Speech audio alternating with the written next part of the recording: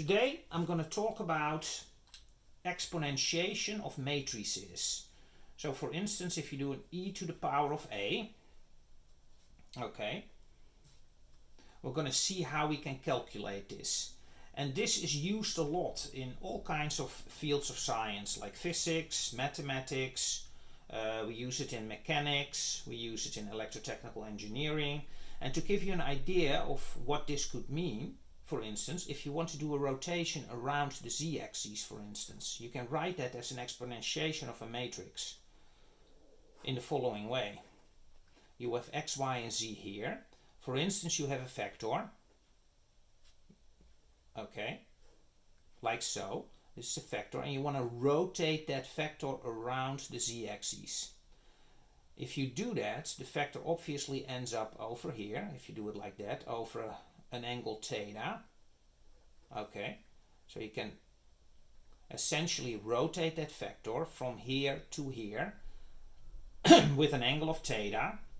And the way you can describe that is as follows. You can say, okay, this is e to the power, theta is the angle of rotation, and now you get a 3 by 3 matrix, 0, 1, 1, 0, 0, 0, 0, 0, 0. And if you work this out, e to the power, and we'll later see how to do that, if you work this out, you get the following matrix. You get cosine theta minus sine theta, right, 0, sine theta, cosine theta, 0, and 0, 0, 1. And if you would hit this vector with an x, y, z, right, with this point over here, you can see that z will be invariant. So indeed you rotate around the z-axis, and you will get the very famous rotation matrix, the two-dimensional rotation matrix that you see here, if you want to rotate a vector xy around an angle theta. And that's what you see here. Okay, so you can write indeed rotation matrices like such with an e to the power of. So what I'm going to try to prove today is the following. E to the trace a equals the determinant of e to the power of a. So this is the property I'm going to prove today. And this is used all the time in physics and mathematics, etc., when you are working with these types of matrices. So let's try to prove this, and let's start on the right hand side. And so again, a is a matrix, right? So e to the power of a can be written as e to the power of s minus 1 ds, where s is a matrix of eigenvectors and d is the eigenvalue matrix.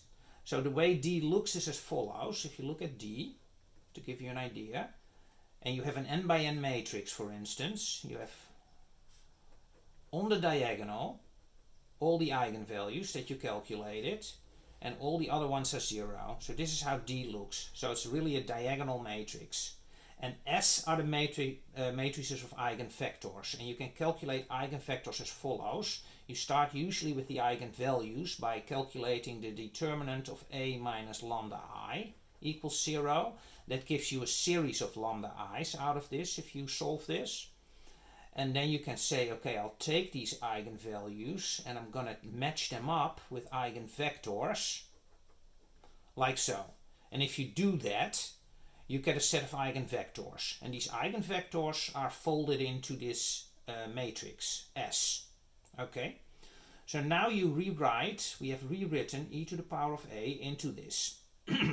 Now we're going to have the ability to actually work out this a little bit more, and we're going to work it out in the following sense. We're going to do a Taylor expansion on this. So e to the power s to the power minus 1 ds is nothing more than I, where I is now an n by n identity matrix if D has n eigenvalues. Okay, and this will be s minus 1 ds over 1 factorial plus s minus 1 ds times s minus 1 ds 2 factorial, etc., etc., etc., right? So you get this in the first power, this in the second power. This is just an e to the power x Taylor expansion. If you work this out, you get I plus s minus 1 ds over 1 factorial plus s minus 1 d squared s over 2 factorial. And I can put in one more term, d to the power of 3 s, 3 factorial, etc.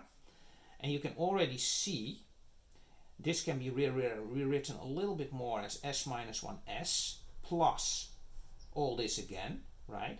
So s minus 1 ds plus s minus 1 d squared s, etc. And this is nothing more than s minus 1 e to the power ds. So now we rewrote our e to the power s minus 1 ds into s minus 1 e to the power d times s. And that will be really helpful when we throw that into the determinant over there. So now we can take the determinant, do the calculation on e to the ds, and now we're using properties of the determinant to rewrite this. And you can use cyclic permutation. So you can say this is the same as s minus 1 e to the d, right? Because you can take this and throw it, even though it's a matrix, you can do that. Throw it to the first term over here.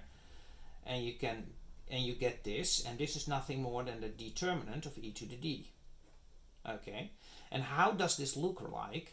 Well, this is nothing more, e to the d is nothing more than a matrix. So if you do e to the d, that's nothing more than e to the power of lambda 1 all the way down to e to the power of lambda n. Okay, that's what it is right there. And these are zeros, right?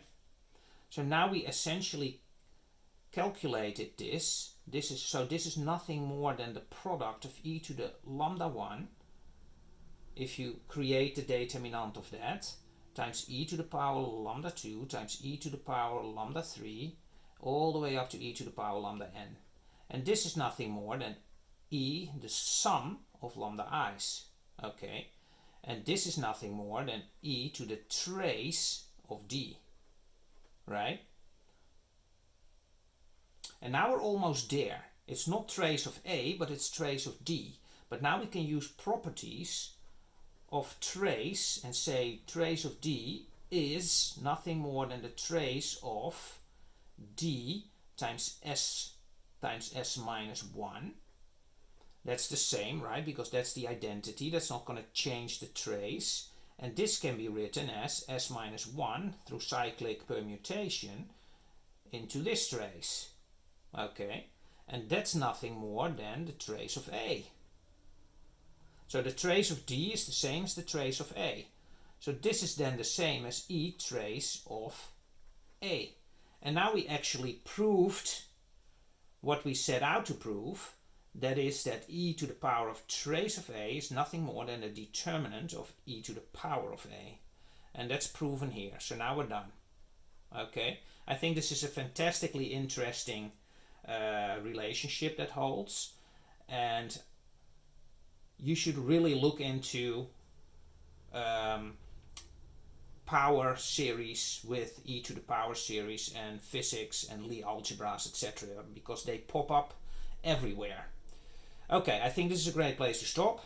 If you like this video, please like and please subscribe and please share, and I'll see you in the next one.